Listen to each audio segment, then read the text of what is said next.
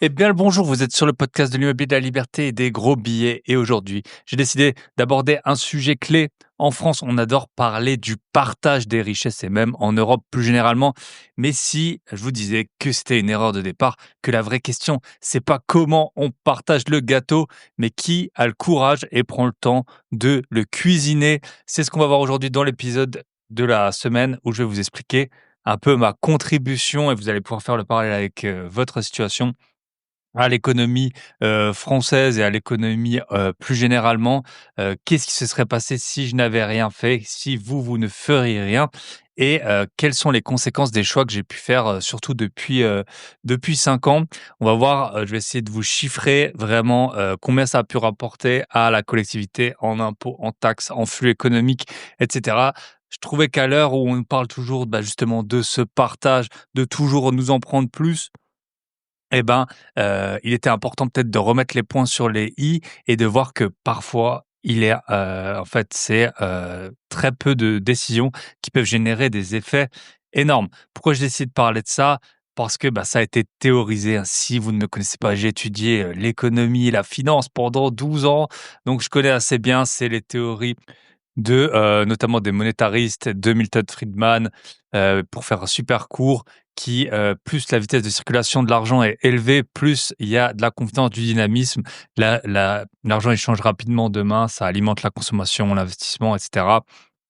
Et à l'inverse, les, keynésiens, ils disent que, ben, voilà, pendant les crises, les agents économiques, donc vous et moi, mais pas seulement, ralentissent la circulation et que du coup, en conservant, ben, sa monnaie sans la faire tourner, et ben, ça freine l'activité, ça freine l'emploi, ça freine la prospérité.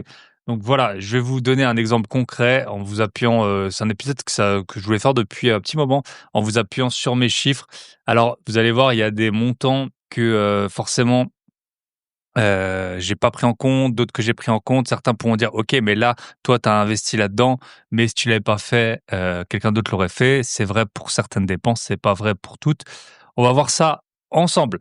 Mais avant de démarrer, vous le savez, j'ai toujours 1 million de choses à vous raconter. Donc petite intro et après on attaquera avec les épisodes de l'été, ils sont souvent un peu plus courts. Alors, je vais vous faire, 2 petites annonces. La première, si vous avez peut-être reçu des mails, depuis 4 ans avec mon associé Michel, on accompagne des investisseurs débutants ou, plus avancés à accélérer, donc soit à faire leur premier investissement ou soit à passer de 1 à 5, de 5 à 10, de 10 à 20 et puis on reviendra un peu dans l'épisode, là-dessus. On a ouvert des places parce qu'on en a qui se sont libérés tout simplement. J'ai envoyé des mails, si vous m'écoutez, vous voyez que j'en parle pas souvent, contrairement peut-être à d'autres, personnes. J'ai envoyé, 3 emails. Là, vous pouvez prendre rendez-vous avec nous gratuitement, pour, faire un point sur comment est-ce qu'on pourra vous aider ou non. Encore hier, voilà, j'ai eu quelqu'un, bah, que, je pourrais pas aider tout simplement. En tout cas, les conditions sont pas remplies. Il y a des personnes qu'on peut aider, la plupart, et puis, avec qui ça fit bien, mais voilà, c'est pas fait pour tout le monde et du coup, dans ces appels, bah, en gros, vous nous validez et nous, on vous valide. Nous, on vous, garantit et je pense qu'il y a personne qui fait ça, on vous garantit que en 6 mois, vous avez votre prochain, compromis de vente et sinon, on vous rembourse 100 des coachings. Je pense que personne ne fait ça. Voilà, on a tellement confiance, ça fait plus que 4 ans qu'on fait ça, et plus de 50 personnes, qu'on a accompagnées et qui ont trouvé leur bien. Donc foncez, on prend, pas beaucoup d'appels, pas beaucoup de vous allez le voir, j'ai 1 million d'activités, donc j'ai pas, je consacre, beaucoup de temps de qualité aux personnes que je coach, mais je peux pas en coacher, 10 non plus. Donc j'essaye d'en prendre, maximum, 4.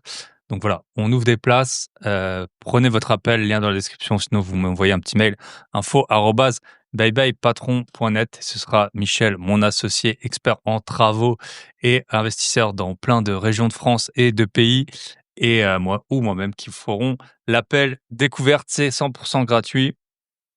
Vous êtes les bienvenus. Prenez un rendez-vous et puis ça vous coûte rien, si ce n'est peut-être d'accélérer et de faire tourner beaucoup d'argent dans l'économie comme vous allez voir avec, la suite de cet épisode. Et la deuxième grande annonce, donc je vous l'avais dit la semaine dernière, on revenait de, un week-end d'événements avec Jonathan notamment, mais avec plein de personnes qui avaient été à Alicante avec nous. On était plus que 40 à Brumat, à côté de Strasbourg. Super événement. La veille et la journée, on était une quinzaine. Donc c'est vraiment quelque chose que j'apprécie énormément de faire des événements. Et du coup, on a décidé d'en lancer un nouveau, parce que donc là, pour l'instant, les événements, par exemple à Alicante, c'est à l'étranger. Je sais qu'il y a des personnes qui prennent pas l'avion, ou pour qui ça fait trop loin, trop long, et cetera. Donc là, notamment ceux qui sont très occupés et un peu plus avancés. Donc là, on a décidé d'organiser, donc en fait, on va être 3 à organiser ça. Bon, je vous cache pas que forcément, c'est moi qui ai un peu été à l'initiative. Du coup, je compte sur les autres pour l'exécution. Non, je rigole. Voilà, on est 3 parce que, 3 cerveaux valent mieux qu'un et puis là, c'est pas n'importe quel cerveau. On organise du 7 au 9 novembre 2025, 7 au 9 novembre 2025, un événement à côté de Toulouse ça s'appelle Haute-Rive, Haute-Rive, sûrement qu'on dit avec l'accent du sud, 30 minutes de Toulouse, maison exceptionnelle, franchement, jacuzzi, piscine, bon, je suis pas sûr qu'on pourra se baigner, mais billard, fléchettes, vraiment la maison idéale, même, les Marseillais, à Ibiza nous l'envient. Elle est magnifique. Et donc c'est un événement quand même pour les personnes qui sont un peu plus avancées. Si vous êtes complètement débutant, je pense que peut-être vous allez, rencontrer des personnes qui ont déjà bien réussi, ça c'est sûr, mais c'est plutôt pour les personnes qui ont déjà investi ou déjà des business. Pour vous présenter rapidement, il y aura Eric, qui a fait des, énormes plus-values crypto qui ont permis d'acheter notamment un immeuble, gros investisseur immobilier. Là, il vient de passer, l'année en Thaïlande, grâce à ses investissements réussi. Donc lui, en fait, ce sera un peu plus studieux que, les événements complètement détendus comme on l'a fait à Alicante ou, à Strasbourg où là, en fait, c'est que des échanges informels. Là, bien sûr, il y aura une grosse part d'informel, mais on va faire quand même des ateliers. On va faire un atelier crypto, un atelier l'autre participant, c'est Jonathan, j'ai déjà eu sur le podcast. Lui, il est notamment expert en financement, de sociétés pour lancer les activités. Il a fait des centaines de rendez-vous bancaires. D'abord, il était banquier. Ensuite, il a eu 4 sociétés qu'il a revendues également et puis maintenant, il accompagne des personnes notamment dans les, dans les rendez-vous bancaires. Donc il en a fait des centaines. Il sait quoi dire aux banquiers, pour, lever des fonds. Vendu 4 sociétés et moi, vous commencez à me connaître, hein, moi, c'est plutôt la finance, l'immobilier, puis aussi, tout ce qui est autour du podcast, business en ligne. Il y aura aussi une experte en business en ligne. Il y aura, peut-être même des business un peu plus sombres, qu'on vous présentera. Donc, vous êtes les bienvenus. La maison, elle est exceptionnelle. Alors, vous pouvez aller, si vous voulez des renseignements, sur le site grosbillet.com/Toulouse. Bien sûr, ce sera aussi en description du podcast. Si vous avez des questions, vous n'hésitez pas. Bien sûr, vous pouvez passer ça en frais, vu que c'est un mastermind. Justement, là, c'est pas que détente. Donc, si besoin, vous pouvez bien sûr passer ça en frais. Qu'est-ce que je peux vous dire d'autre? Et pour les couples, en fait, la configuration de la maison fait que, il y a, plus de lits doubles que de lits simples. Donc en fait, si vous venez en couple ou entre amis, donc en gros, si vous acceptez de partager un lit double, mais dans une, chambre, vraiment, super sympa, j'ai déjà été dans cette maison, donc je connais bien les lieux, hem ce sera, beaucoup moins cher que si vous venez tout seul, mais si vous venez tout seul, il y a aussi des possibilités. Voilà. Vous avez, le lien en description si vous voulez, en savoir plus sur l'événement. Voilà, ce sera vraiment pour accélérer, le but, c'est que les personnes qui sortent de là, elles aient des idées, en centaines de milliers d'euros et de comment les appliquer, voire en millions. Et qu'est-ce que je peux vous dire d'autre? Sur l'événement, en général, les événements, ils se vendent, très, très vite, hein. Là, vous avez vu pour Strasbourg, j'en avais pas parlé, plus d'un mois avant parce qu'on était déjà full. Alicante, ça a été full super vite. Donc voilà, ne traînez pas. Si vous avez des questions, vous pouvez m'écrire info@bybypatron.net. C'est, voilà, c'est un autre type d'événement, plus, orienté résultat que, peut-être networking. Mais après, vous allez rencontrer des personnes, forcément qui seront également avancées. Je l'ai annoncé juste hier, donc là, on a 3 personnes qui nous ont dit qu'elles allaient venir déjà. Donc ne traînez pas, ne traînez pas. hem, grosbillet.com/Toulouse et je compte sur vous. Et bien sûr, je pense que je l'ai mis sur la page de façon claire, mais je vais quand même le préciser. Le tarif, il comprend tout, hébergement, repas, ateliers, activités, tout est compris. Une fois que vous êtes dans la maison, vous ne sortez plus, votre portefeuille du week-end. On s'occupe de tout. Et on est parti avec mon épisode en solo. Comment j'ai injecté des millions d'euros dans l'économie sans avoir un merci, et surtout pas de LFI.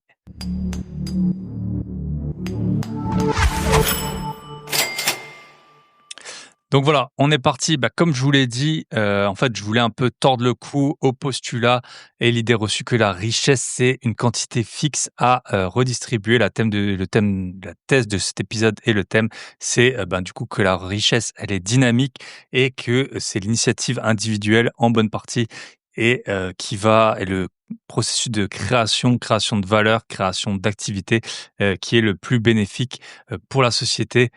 Selon moi, en tout cas, il y a plein d'études, par exemple, qui ont été faites sur, notamment des élèves où, d'abord, chacun, travaille pour lui-même. On voit la moyenne de la classe et après quand on donne la même chose, on dit, aux élèves qu'ils auront tous la même note et on voit que les résultats et les efforts de chaque élève, diminuent fortement. Donc je vais pas vous faire un cours d'économie abstrait, voilà, en parlant de Basquiat, Schumpeter, Jean-Baptiste Say ou que sais-je. L'idée, c'est vraiment de prendre un exemple concret, mon exemple et surtout, en fait, moi, j'avais le choix ou non de, me lancer dans toute cette aventure et je vais vous donner aussi les chiffres comme ça, peut-être vous allez, vu qu'on est, l'été, vous allez avoir un peu les dessous, de, mes activités. Donc c'est avec ça que je vais dérouler l'épisode. Je suis assez, c'est toujours un peu bizarre de s'exposer, mais je pense que c'est intéressant et c'est aussi pour votre mindset, ça peut être important de voir, combien vous avez peut-être, créé et puis vous pourrez, commenter bien sûr si vous êtes sur YouTube ou envoyer un petit mail, de retour pour, me dire combien vous pensez que vous avez aidé à contribuer. Donc comme je vous l'ai dit en introduction, il y a des choses que j'ai dû exclure. C'est un peu pareil quand on regarde les gaz à effet de serre, combien, une société émet de gaz à effet de serre. Où est-ce qu'on commence? Où est-ce qu'on s'arrête? Est-ce que, voilà, souvent il y a trois scopes, comme on dit. Moi, j'ai essayé de prendre le plus de flux directs, mais je vais, aussi vous parler un peu plus tard dans l'épisode des flux indirects. Donc je pense que là où mon exemple, il va peut-être se différencier des autres, c'est que avant que j'investisse massivement dans l'immobilier, j'avais plutôt une situation confortable. Je vous l'ai déjà dit plusieurs fois, j'ai une activité que j'exerce, encore en partie, en plus de toutes les autres activités dans la finance et j'avais des revenus supérieurs, j'ai regardé à 98 des Français. Donc j'aurais très bien pu m'en contenter. Alors ça fait des revenus. Après moi je suis parti avec zéro de patrimoine et vraiment je pense souvent on a tendance à confondre les 2. Par exemple, on va trouver quelqu'un qui gagne 4, 5, 6 000 € par mois, c'est, beaucoup. Mais quelqu'un qui a une maison à 6, 7, 800 000 € payés, un retraité, par exemple, ça va choquer personne ou moi, j'ai jamais acheté de voiture neuve typiquement. Heu, Après, j'ai des dépenses, notamment de voyage qui sont assez élevées, hein, plusieurs dizaines de milliers d'euros par an, mais c'est un choix. Donc voilà, moi, j'avais des revenus qui étaient quand même, élevés et bien sûr, ça fait longtemps que je ne compte plus vraiment quand je fais mes courses ou des choses comme ça ou quand je mets de l'essence. Mais je m'estime pas non plus, mais je pense que ça c'est la un peu le tout le monde, qui est comme ça. Je m'estime pas, super privilégié quand je regarde autour de moi, mais c'est aussi parce que j'ai investi de l'argent en bourse, j'ai, dépensé énormément, on va le voir plus tard dans, des frais de notaire et tout. C'est sûr que si tout cet argent, je l'avais dépensé dans des dépenses, consuméristes, on va dire, les voitures, les montres, les habits ou que sais-je, et aussi les voyages, ça c'est des souvenirs qui restent. Ça nous fait progresser, je trouve, en tant que personne, mais ça ne se voit pas. Donc c'est sûr que ça dépend aussi de comment on dépense, son argent, mais en tout cas, donc j'avais des revenus confortables. J'aurais très bien pu, rester là-dessus et avoir une vie plutôt agréable, mais je clairement, en fait, je m'ennuyais, hein. C'était plutôt ça, je m'ennuyais. Je sais très bien aussi, comment, la retraite, c'est un système de Ponzi qui fonctionne pas bien, qui ça va être de pire en pire. Donc j'ai eu envie d'abord de faire de l'immobilier et puis ensuite, tout ce qui est, tout ce qui est autour du podcast que j'ai fait dans un second temps. Donc voilà, le chemin le plus logique et le moins risqué, ça aurait été de rien faire, de rester avec cette activité.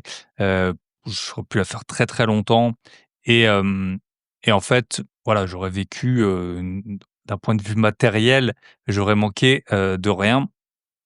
J'aurais pas eu de Ferrari, j'avais une Porsche d'occasion, avant mes 30 ans.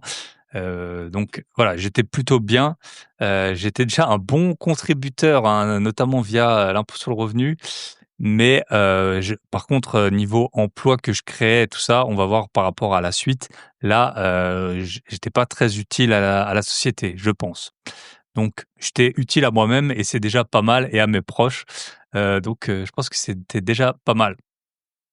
Maintenant, on va voir, du coup, le déclencheur et la cascade de valeurs, que j'ai pu apporter et que vous, en tant qu'investisseur, vous apportez très probablement. Alors, j'ai attaqué avec, l'immobilier. Alors ce que j'ai fait là, donc moi je suis investisseur immobilier depuis 2011, investisseur boursier depuis 2015, mais et crypto depuis 2017. Mais là, l'idée, c'est que j'ai pris sur 5 ans parce que, bah, il fallait bien prendre un horizon de temps. Et il y a des choses que j'ai, diminuées vers le bas, par exemple, les taxes foncières et cetera, ben, j'en paye plus aujourd'hui, vu que j'ai acheté encore, 5 lots il y a en un an que, il y a 5 ans. Donc j'ai un peu lissé. Il y a d'autres dépenses que je fais depuis, peu de temps, que j'ai lissé et que j'ai fait aussi fois 5 parce que c'est des dépenses qui sont censées, rester. Mais voilà, donc c'est, forcément il a fallu prendre des raccourcis pour essayer de refléter au mieux, la combien j'ai dépensé. Il y a plein de choses que j'ai dû oublier également. Donc voilà. Le, plus visible, donc c'est tout ce qui est lié à l'immobilier. Donc c'est là où je vais tout le monde s'est gavé sur mon dos. Heureusement qu'il y a les locataires qui payent. Alors, premier bénéficiaire, de mes investissements, donc en 5 ans, j'ai fait à peu près, entre 2 millions et 2,5 millions d'achats immobiliers.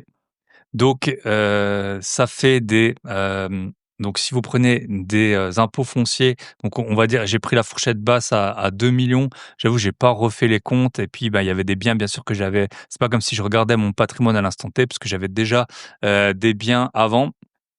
Mais 2 000 000, 2,5 millions de donc ça fait en frais de notaire, donc on le sait, la plus grosse partie, elle part, pour l'État.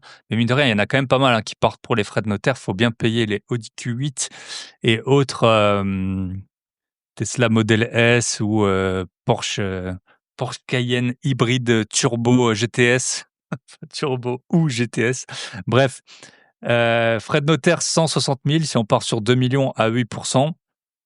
Frais d'agence, j'achète que des biens, je le dis dans ma formation sur négocier, j'achète quasiment que des biens, qui sont, avec des agences et moi j'ai acheté beaucoup de petits biens, pour moi c'est ça la bonne stratégie en tout cas, en me concernant avec ma situation perso et donc les frais d'agence sont assez élevés, hein. Parfois on paye plus que 10 de frais d'agence, surtout quand on arrive à bien négocier, avec des agences, très connues, type, Foncia ou Citia, Century 21, tout ça. Quand on négocie bien, eux, parfois, vu qu'ils ont des super bons clients dans le sens, pigeon, et ben, on peut avoir des frais de notaire qui sont très élevés. Par exemple, j'ai acheté un bien 57 000 € que j'avais super bien négocié, qui m'a généré plus de 11 000 € l'an dernier, hein. Et ben, il y avait 8 000 € de frais d'agence. Donc ça doit faire, pas loin de 15. J'ai acheté un bien aussi 81 000 €. Il y avait, combien c'était? Je crois que c'était dans les 10 800 € de frais d'agence. Donc voilà, les agents se gavent. Petite anecdote, je sais plus si je vous en ai parlé dans l'épisode, précédent. Il y a un bien que j'ai, envoyé à un ami, donc on m'avait proposé un bien, j'ai négocié avec une agent, le prix et puis finalement je l'ai donné à un ami qui cherchait un bien depuis longtemps. Je sais plus combien il m'a dit, je crois que c'était 9 000 € de frais d'agence qu'elle a pris. L'agence, elle m'a même pas envoyé un SMS de remerciement. Donc mon ami là, il a acheté. Je lui ai envoyé un texto, je lui ai dit: «Ouais, sûrement vous arrivez plus à dormir depuis que vous avez signé, parce que vous savez pas à quelle adresse m'envoyer une bouteille de champagne et tout. Elle m'a répondu, sachant que je lui avais déjà donné, 10 800 € ou le vendeur si vous voulez, mais bon voilà, si j'avais pas acheté, elle aurait pas eu. Et ben, là, elle a pris encore 9 000 en quelques mois et elle m'a dit: «Ah oui, ben, je passerai ce week-end vous déposer une bouteille». 0 nouvelle. Donc franchement, les gens plus ingrats, enfin après il faut pas s'étonner de détester quoi. Je t'amène sur un plateau d'argent, le bien est déjà loué, mon ami il a même pas été voir, le bien et elle prend 9 000 € donc sans ouvrir une seule porte et même pas, une bouteille de champagne. Voilà. Bref, donc j'ai mis frais d'agence 160 000 sur,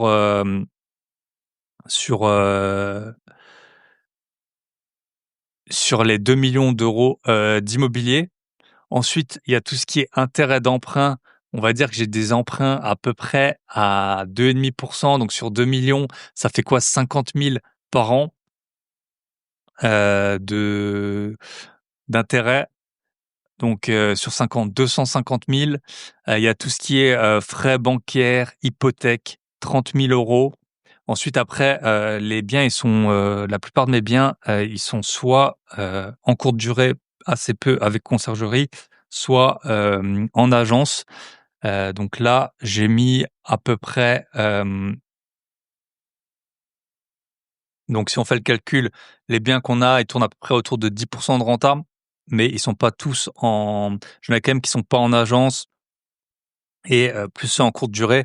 Donc là, j'ai mis, donc j'ai baissé volontairement, j'ai dit que c'était 35 000 € de frais d'agence, locative, 35 000 € sur 5 ans. Ensuite, il y a tout ce qui est, conciergerie et ménage des courtes durées. Donc en ce moment, j'ai que, 2 courtes durées. Là, j'ai mis, ça fait 42 000 € sur 5 ans. Et après, il y a tout ce qui est aussi, travaux et artisans. Donc moi, j'achète des biens, j'essaye, souvent pendant des années, on a acheté 5 biens par an. J'essaie d'acheter des biens avec assez peu de travaux. Donc en fait, on peut considérer qu'il y a peut-être eu, entre 50 et 100 000 € de travaux, sur ces biens. Donc vous voyez que ça commence à faire, hein. Taxe foncière 50, frais de notaire, frais d'agence 320 000, on a 370 000. Intérêt, d'emprunt, j'ai dit 250 000, donc ça doit faire 600, on monte à 620 000. Frais bancaires 650 000. Gestion locative, j'ai mis 35 000, 685 000. Et frais de conciergerie, ménage, 40, allez, on va dire 40 000, 725, 727 000, plus les artisans, allez, on va monter à 800 000, 800 000 € en 5 ans, juste avec l'immobilier. Il y a aussi ensuite, on va le voir, il y a aussi ensuite tout ce qui est les assurances. Donc les assurances, j'ai compte globalement 200 € par mois entre assurance, l soit les garanties loyers impayés, les PNO, propriétaire non occupant, les, il y a aussi les assurances sol restant dû, assurance emprunteur. Donc là, j'ai coûté 200 € par mois. Je sais pas si c'est un bon chiffre, franchement, vu que c'est sur chaque ligne. Donc 200 € par mois, ça fait 2 400 par an. Ça fait 12 000, 12 000 pour 5 ans. Donc voilà, on était déjà à 800, ça fait 812 000. Ensuite, il y a tout ce qui est le comptable. Le comptable, encore, moi, c'est un ami à moi, j'en ai à peu près pour entre 1 500 et 2 000 par an. Donc pareil, 10 000 de plus. Après, il y a aussi tous les meubles, quand je fais du meublé, donc ça, c'est les biens que j'ai en perso. Ceux qui sont en société, c'est plutôt du nu. Là, à mon avis, on doit être pareil autour de 40 000 € de meubles. Donc voilà, c'est encore, je suis sûr qu'il y a plein de choses que j'ai oubliées. Vous voyez un peu, que ça chiffre vite quand même. Plus de 850 000 €, juste avec ces achats. Et en fait, ce que je voulais, vous dire, c'est que, alors vous allez me dire: «Ouais, les biens, ils auraient été peut-être vendus dans tous les cas». Ça aurait pu être déjà des résidences secondaires, donc dans ce cas-là, il y aurait pas eu, tout ce qui est, gestion locative, Il y aurait pas eu tout ce qui est ménage, conciergerie, donc tout cela, ça aurait pu aussi tout simplement rester. Il y a des biens que j'ai achetés aussi avec des grosses négos, mais qui étaient en vente depuis longtemps. Donc, les gens, la moyenne les gens normaux, ils achètent pas 5 biens par an. Donc, tu crées du dynamisme dans le marché, donc, agents immobiliers, taxes foncières et tout ça, serait peut-être pas allé aussi vite.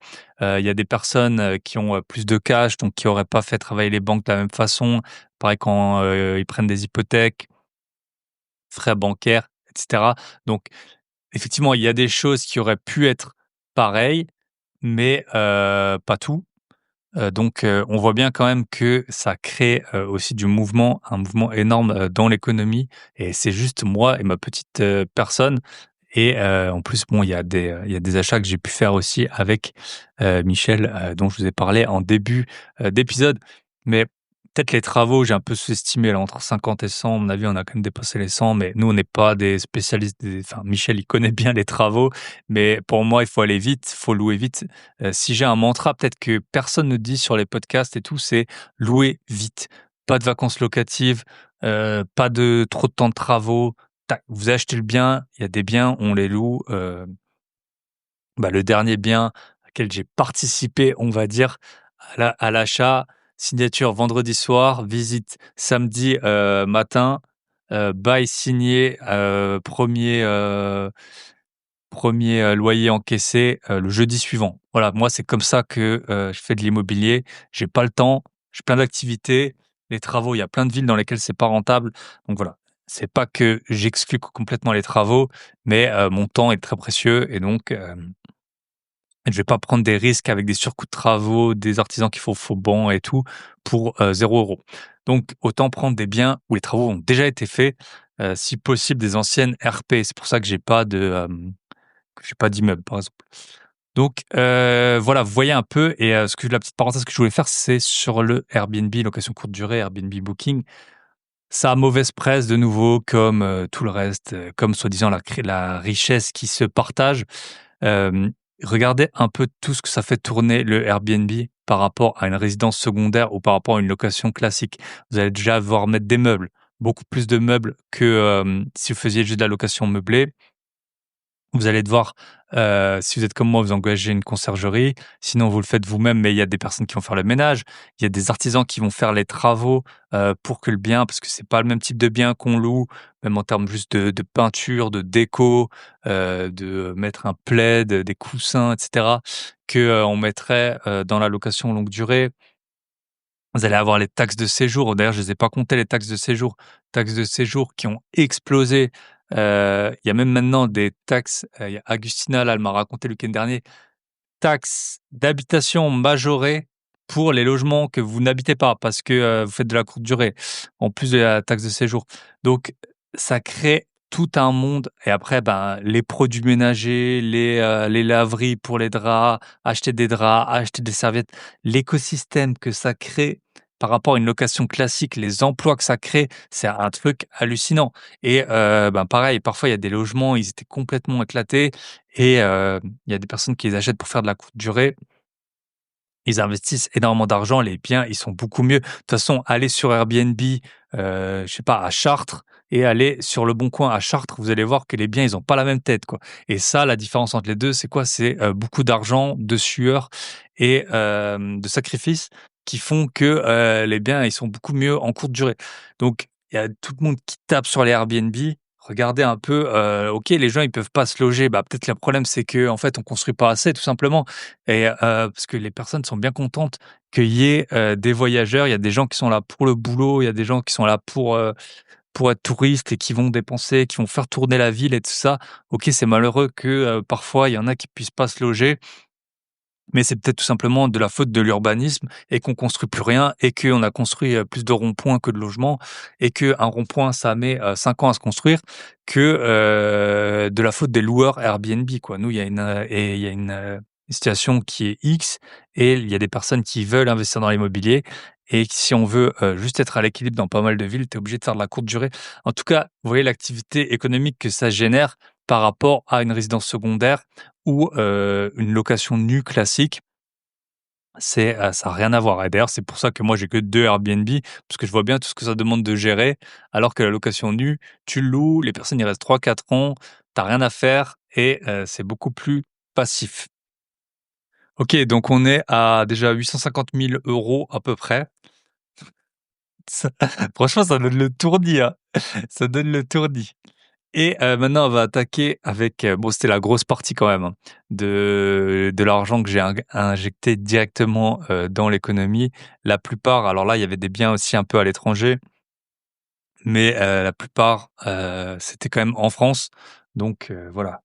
Me dites pas: «OK, tu parti, tu payes pas d'impôts». Je paye plus d'impôts que, je pense, 99 des Français.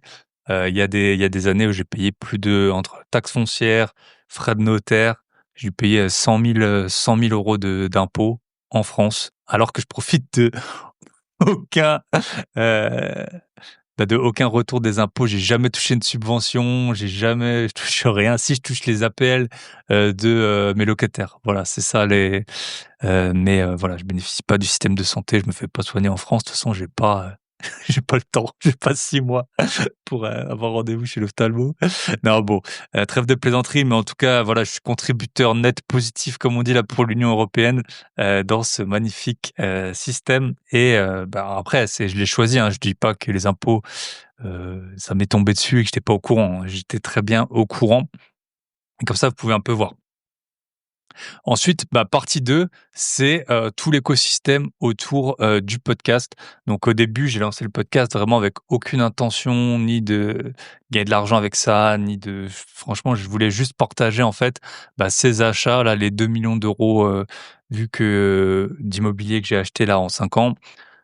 Ça prend du temps, acheter, faire financer et cetera et je me suis dit que c'était à la fois une bonne idée de partager, mon expérience, mon parcours et aussi donner des conseils, bah, aux personnes qui seraient un peu moins avancées ou même qui sont plus avancées. Moi, il y a des et qui, par contre, ne se sont pas assez intéressés à un sujet précis. Donc c'est pour ça que j'avais lancé le podcast. De là, après, il y a eu, bien plus tard, 10 mois plus tard, on a lancé les coachings et peut-être 1 an encore après, j'ai lancé, les formations et les événements. Donc je vais essayer de vous dire un peu l'argent que ça coûte et que ça génère dans l'économie parce que je pense que vous êtes pas prêts.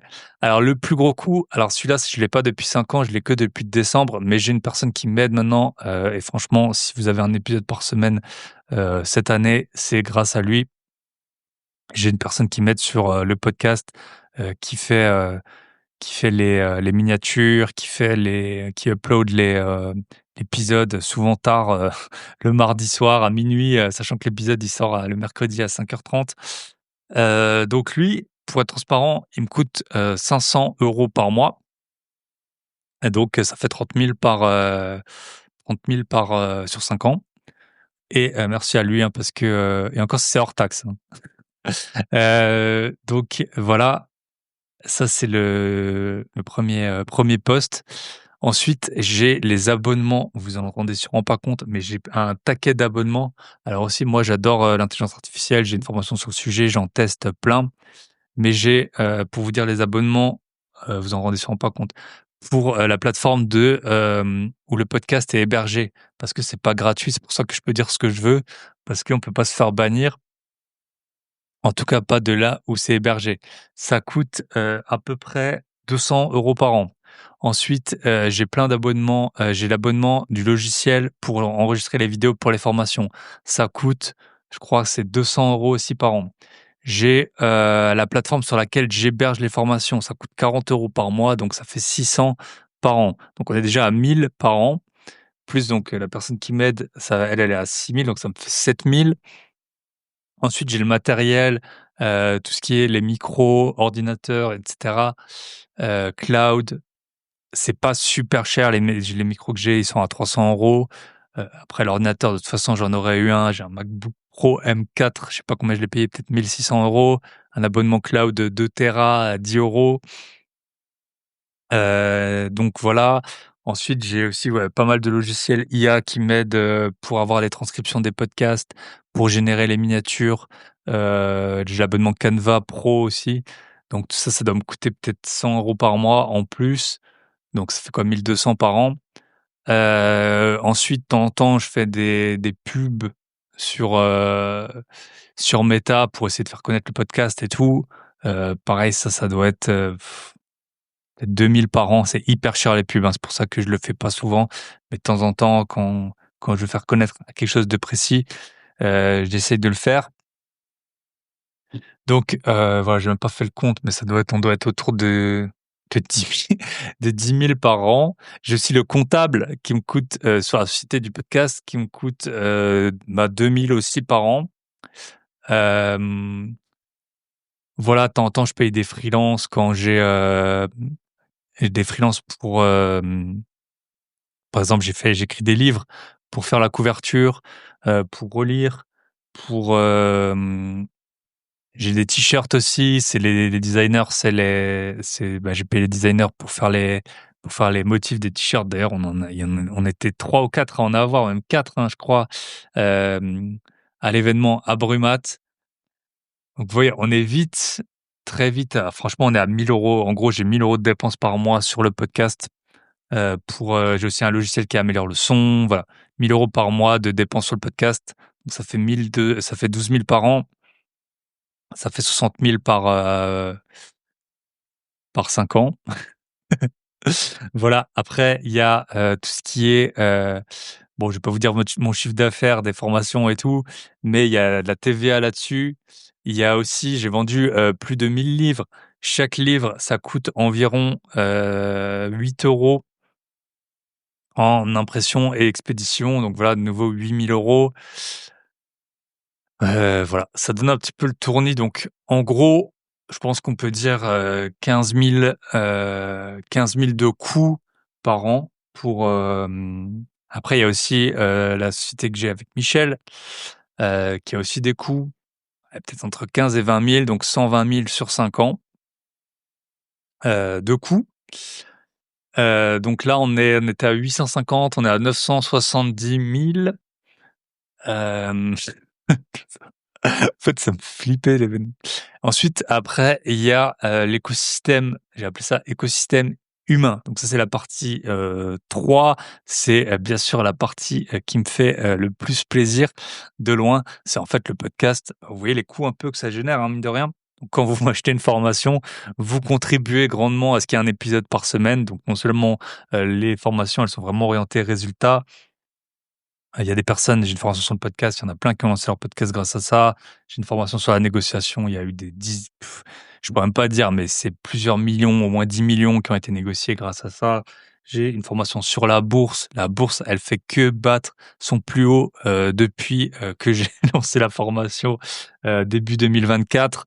Euh, donc voilà, en plus, j'essaie de faire toujours des formations à des prix raisonnables parce que je vous l'ai dit, j'ai toutes les autres activités. Mais comme ça, voilà, vous aidez à ce que ce podcast y perdure. Donc, n'hésitez pas, vous allez sur grosbillet.com si vous voulez formation IA, négocier ou bourse ou podcast ou avoir un dossier bancaire en béton. Ça, c'est aussi très bien vendu. Voilà, grosbillet.com. Mais en tout cas, vous voyez, c'est comme ça que je paye en gros tout l'écosystème du podcast. Et franchement, c'est un monde dans lequel les dépenses sont illimitées. Si vous voulez, vous pouvez toujours payer plus cher. Et c'est assez faire la part des choses. Faut couper des abonnements. Parfois, tu essayes des outils. Après, ils te conviennent pas. Tu dois les couper, etc. C'est assez. Tout ce monde du web, il est assez compliqué. Et c'est notamment de ça dont je parlerai dans le pendant l'événement à Toulouse là dont je vous ai parlé en intro. Donc ensuite, il y a l'écosystème humain, donc la partie 3, partie C. Donc c'est ce qui me fait le plus plaisir. Donc là, c'est les événements. Donc un événement à organiser, ça coûte à peu près autour de 10-15 000 euros. Comme vous l'avez eu pour, par exemple, les événements à Alicante, l'événement à Toulouse là qu'on va organiser. C'est globalement 10-15 000 euros. Si vous n'avez jamais organisé, ce qui coûte hyper cher, c'est hébergement, activité quand on est 15. Si vous dites un truc à, je sais pas, tour de bateau, là, on avait loué des bateaux à Alicante. Tu te dis, je sais pas, 80, 100 euros, c'est pas cher, mais quand t'es 15, ça fait vite des sous. Tous les repas, franchement, ça coûte, hein, quand les grosses familles, elles doivent le savoir. Mais voilà, nous, à Alicante, par exemple, on a payé plusieurs restos à tout le monde. L'idée, c'est vraiment de mettre bien les participants et du coup, on fait pas du tout ça pour l'argent, mais c'est j'ai mis 10 000, mais à mon avis, c'est plutôt 15 000 € par événement. Donc si j'en fais un par an, ça fait, 15 ça doit faire 75 000 €, qui est injecté. Ensuite, il y a tous les repas, les rencontres et cetera. Ça, typiquement, autant l'immobilier, vous pouvez me dire, «Ouais, là, de toute façon, ça aurait été acheté par quelqu'un d'autre». Autant tout l'écosystème du podcast, si je lance pas le podcast, il se passe rien. Je paye personne pour m'aider pour le podcast. Je prends pas les abonnements que j'ai pour, héberger le podcast, toutes les IA. J'ai pas un comptable dédié à toute cette activité. J'achète pas les micros, j'ai pas écrit de livres, je les envoie pas, j'ai pas de pub, voilà. Tout ça, c'est zéro. Ça aurait jamais existé cet argent, il serait jamais rentré dans l'économie, de cette façon. Et là, c'est pareil pour l'écosystème humain. Les personnes qui viennent à des événements, elles elles se sont pas dit, par exemple, là, c'est du 7 au 9 novembre. Elles se sont pas dit: «Ah ben, je vais partir le 7 ou 9 novembre, je vais dépenser tant, où est-ce que je peux aller?» Non, elles voient qu'il y a un événement et du coup, elles viennent. Ensuite, il y a tous les repas, rencontres. Typiquement, là, on avait l'événement à Brumat. Il y a, une bonne dizaine de personnes qui sont venues de partout en France pour qu'on passe le week-end ensemble. Donc là, j'ai mis 5 000 € par an. Par exemple, on était au restaurant le samedi soir, voilà, on était 15. Le dimanche midi, pareil. Donc tout ça, ça génère voilà, des flux. Il y en a qui ont dormi à l'hôtel et cetera. Et après, j'ai mis aussi 5 000 € de voyage pro, donc quand je vais voir des auditeurs, donc là, en fait, c'est souvent je mixe à la fois, mes vacances et voir des auditeurs ou des clients, des accompagnements. Donc ça peut être, là, je vais aller en Chine, je m'arrête à Hong Kong, voir, des auditeurs. J'étais en Argentine, voir, Lara du podcast. J'étais en Hongrie.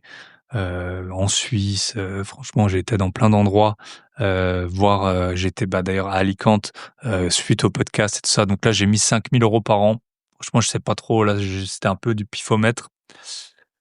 Donc voilà, donc là, on était à quoi? 75 plus 50, 125. Donc ça y est, là, on a dépassé le 1 000 000 € de, ma contribution en 5 ans à l'économie des flux qui sont arrivés et si j'étais pas là entre guillemets, qui, n'auraient pas existé. Donc vous voyez, c'est quand même colossal. D'ailleurs ça m'étonne, moi-même, mais c'est colossal en fait. Une seule personne, quelques décisions. Si j'avais pas investi aussi massivement dans l'immobilier, j'aurais pas eu le podcast et cetera. Et 1 million d'euros qui est parti dans l'économie. Voilà, alors ce million, il est pas que sorti de ma poche, hein. Il y a eu, des locataires, hein, typiquement qui ont payé des loyers pour, amortir ça. Il y a eu, quand je fais un événement qui coûte 15 000 €, j'encaisse, en général, on encaisse, 15 000 €. Donc voilà, il y a des choses sur lesquelles on gagne de l'argent, heureusement, l'immobilier typiquement. Tout ce qui est, le coût du podcast, c'est via les formations en gros que, c'est payé. C'est pas comme YouTube, hein, il y a pas de monétisation, sur le podcast, des choses comme ça. Et qu'est-ce que je peux vous dire d'autre? Sur les événements, voilà, ça, on le fait pas pour l'argent, mais on le fait pour rencontrer des gens et moi, vu que j'adore rencontrer et aider des personnes, voilà, tout le podcast aussi, j'ai aidé énormément de gens, hein, faut le dire. On me le dit à chaque fois que j'ai des rencontres, j'ai plein d'avis sur Trustpilot, que des 5 étoiles, sur Apple Podcast, sur Spotify d'ailleurs. Mettez un avis si vous êtes sur Spotify ou Apple Podcast. Mettez un avis maintenant, je vous demande pas souvent, mais mettez un avis. Voilà. Et donc là, on en est arrivé millions d'euros pour, les flux directs, on va dire, que j'ai générés dans l'économie. Et ensuite, il y a les flux indirects qui sont super difficiles à représenter. Mais avec Michel, on coach, je vous l'ai dit en intro, on a coaché, 50 personnes. Ils ont tous trouvé des biens. Typiquement, là, j'avais, Kevin, on va faire un épisode, Kevin au téléphone, c'était un de nos premiers membres. Il a acheté 5 biens, ils sont tous en Airbnb. Donc imaginez un peu les flux que ça a généré. J'ai eu Théo, on a fait un épisode avec lui, il a acheté 7 ou 8 biens. Pareil, les 2, ils avaient 0 bien locatif quand ils sont rentrés, hein, dans le club. Donc, vous voyez un peu. Donc moi, j'estime que, les membres, ils ont acheté un peu grâce à nous. Alors il y en a, ils vont me dire: «Ouais, ils auraient acheté dans tous les cas». Il y a des combien vous connaissez de personnes, ça fait 5 ans qu'ils disent qu'elles investissent dans l'immobilier et après on les coach, en 2 mois, elles ont trouvé. C'est encore arrivé avec notre dernier participant qui vient de rentrer dans le coaching, qui est rentré à 2 mois, ça y est, hop, offre acceptée et ça faisait des années qu'il disait qu'il allait acheter. Donc là, clairement, je pense qu'il y a, au moins moitié-moitié de sans nous, ils auraient peut-être quand même acheté. Mais, on a clairement accéléré les choses. Tous les membres ont trouvé des biens. Donc moi, j'estime à 10 millions d'euros qu'ils ont acheté. Donc 10 millions d'euros, je vous le fais simple, ben, 8 de frais de notaire, ça fait 800 000. 8 de frais d'agence, 800 000. On est déjà à 1,6 million. Travaux et ameublement, à mon avis, parce que souvent, ils ont fait plus de travaux, on doit être au moins au million d'euros. Conciergerie, gestion, là, c'est dur à dire parce que souvent, vu qu'ils en ont pas au début, ils en ont pas beaucoup des biens. Ils, ils gèrent eux-mêmes, mais ils font pas le ménage. Donc là, on doit être, ça doit être aussi, enfin sur 10 millions. Allez, même si on est à 10 de renta, ça fait 1 million par an, et là-dessus, on va dire le ménage, c'est peut-être, 200 000 au moins. Donc ouais, peut-être 1 million de plus, toutes les assurances, les TVA, tout ça sur les coachings. Franchement, on est largement, enfin, on est peut-être à 3 millions. 3 millions, je pense, avec les personnes qu'on a coachées sur notre partie indirecte.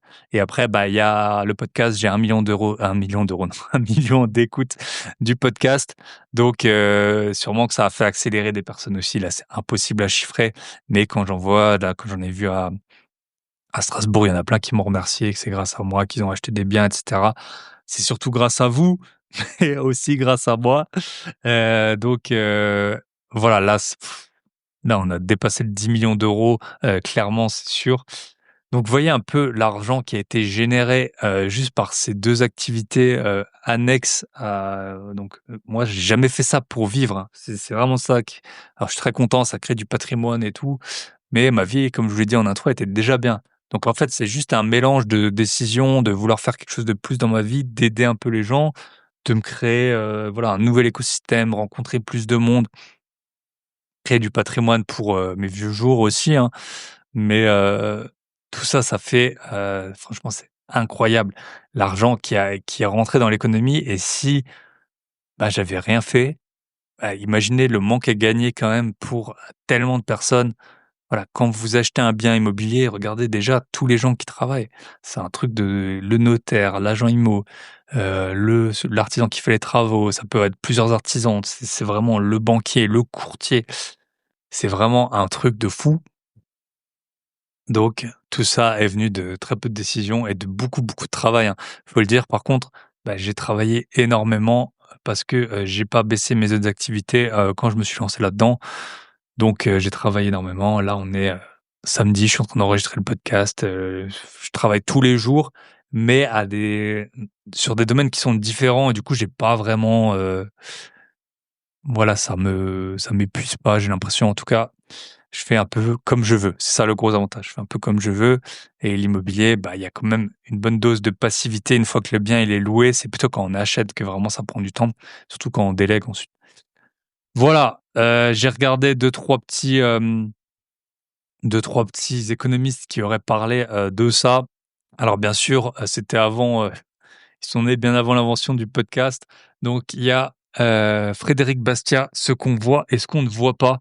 Donc ce qu'on voit, bah, forcément maintenant on voit les dizaines de lots, le niveau de vie, aussi, bah, quand on a des événements, tous ces gens et tout, on me remercie, les notes sur Trustpilot, les notes sur Apple Podcast et tout. Bah, ce qu'on voit pas, c'est tout ce que j'ai listé, en partie, 2 et 3, donc tout l'immobilier, le toutes les commissions que j'ai pu payer, tout ce que ça me coûte, ce podcast en termes de temps, d'argent, voilà, le chiffre d'affaires, des hôteliers, des restaurateurs, tout ce qu'on ne voit pas et bah, c'est toujours comme ça, hein. Parfois on voit un youtubeur qui s'affiche sur notre page YouTube et on se dit: «Ouais, ah c'est fou, lui il a déjà tant et tant d'abonnés» et puis après quand tu vas sur sa page, tu vois que ça fait, tellement de temps qu'en fait il est dans le milieu et puis il y a des personnes qui vont plus vite que d'autres et forcément on voit que celles qui vont, plus vite.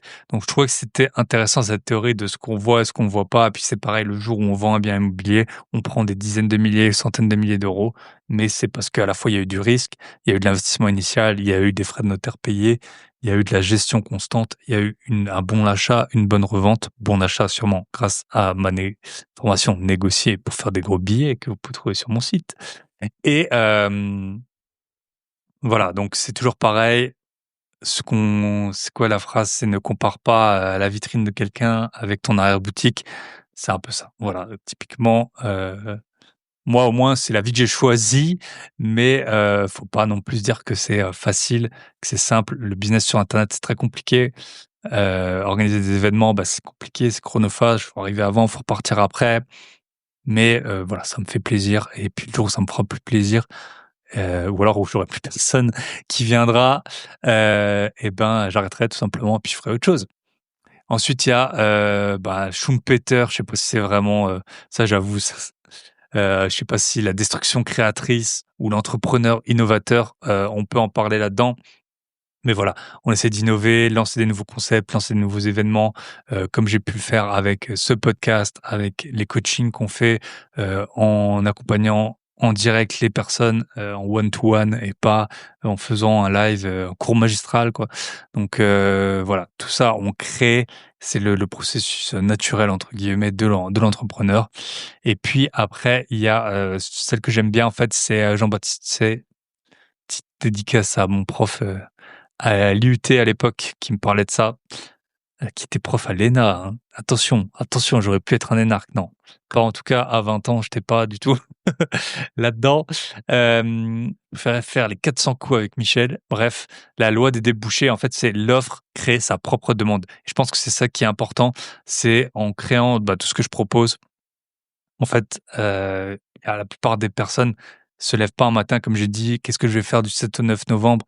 Est-ce que, je vais acheter une formation sur le podcast?» C'est en fait parce que je propose ça. Quoi, vous avez un iPhone, c'est parce qu'Apple a proposé l'iPhone. Vous êtes pas dit: «Ah bah, s'il y a» quand vous aviez un 3310: «Ah bah, ce serait bien un téléphone, où, je peux payer avec mon visage».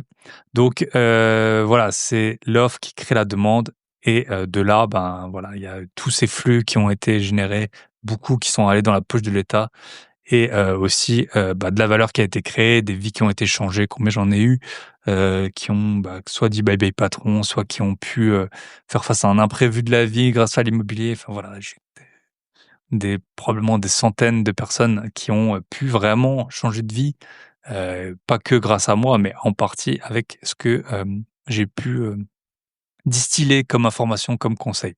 Donc voilà. Après, bah, justement la si j'avais rien fait, qu'est-ce qui se serait passé? Ben, en gros, c'est simple, 0 TVA sur tout ce que je vends, 0 taxe foncière supplémentaire, 0 frais de notaire, 0 € pour les artisans en conciergerie, les freelances pour les miniatures, de livres, les couvertures, les 0 € injecté, ben, en local, en fait, hein, sur, parce que les artisans, c'est du local, sur les restaurateurs, sur les est-ce que les maisons que j'ai louées auraient été louées? J'en sais rien, mais est-ce qu'on aurait fait tout ça? C'est pas sûr. Peut-être que si quelqu'un loue une super grosse maison, il va pas encore après, faire un tour de bateau, commander, une paella ou que sais-je. Voilà. Donc en fait, c'est ce qu'il y a, c'est qu'il faut bien comprendre, c'est où que vous soyez, quand vous êtes créateur, vous aidez, en fait, c'était un peu le message principal de ce podcast, vous aidez quand vous êtes investisseur immobilier, quand vous êtes pas un paria contrairement à ce qu'on veut vous dire, vous êtes pas quelqu'un qui profite, vous êtes quelqu'un qui travaille plus que les autres, beaucoup plus que les autres, et c'est pour ça que vous avez des meilleurs résultats et les résultats peuvent prendre du temps. Ça, c'est aussi pour ça que j'ai mis sur 5 ans parce que, ben, clairement, le podcast pendant des années, il m'a coûté plus cher que ce qu'il m'a rapporté. On a fait des événements, voilà, où c'était vraiment ric-rac et cetera. Il y a eu sur l'immobilier, les loyers, ben, au bout d'un moment, ils augmentent. OK, les taxes foncières augmentent, mais les loyers augmentent et cetera, ça prend de la valeur. Donc ça peut prendre du temps, mais voilà, s les personnes qu'on a coachées, bah, elles seraient pas dans la situation dans laquelle elles sont aujourd'hui. Peut-être qu'elles auraient un autre coach, mais on sait pas. Là, en tout cas, c'est prouvé, c'est factuel où elles en sont aujourd'hui. Donc voilà, merci à tous ceux qui créent. Si vous êtes investisseur ou si vous voulez le devenir, voilà. Si on vous essaie de vous arrêter, bah, tu peux dire aux autres: «Bah, écoute, est-ce que tu as envie que ton pays, ils partent complètement en cacahuète parce qu'il y a plus personne qui crée.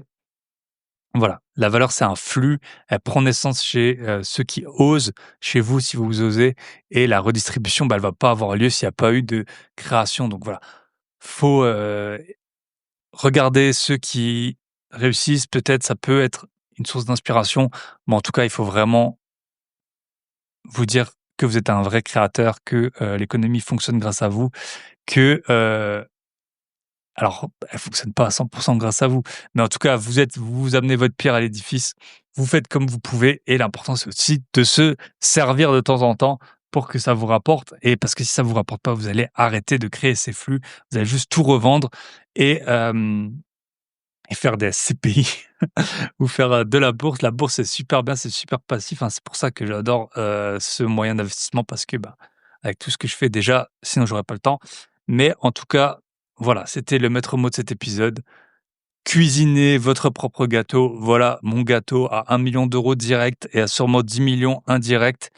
Soyez fiers de ce que vous faites et bah, je vous souhaite un très bon été. On arrive à la fin de cet épisode et d'ailleurs, pour l'épisode de la semaine prochaine, je serai en vacances en France, tiens.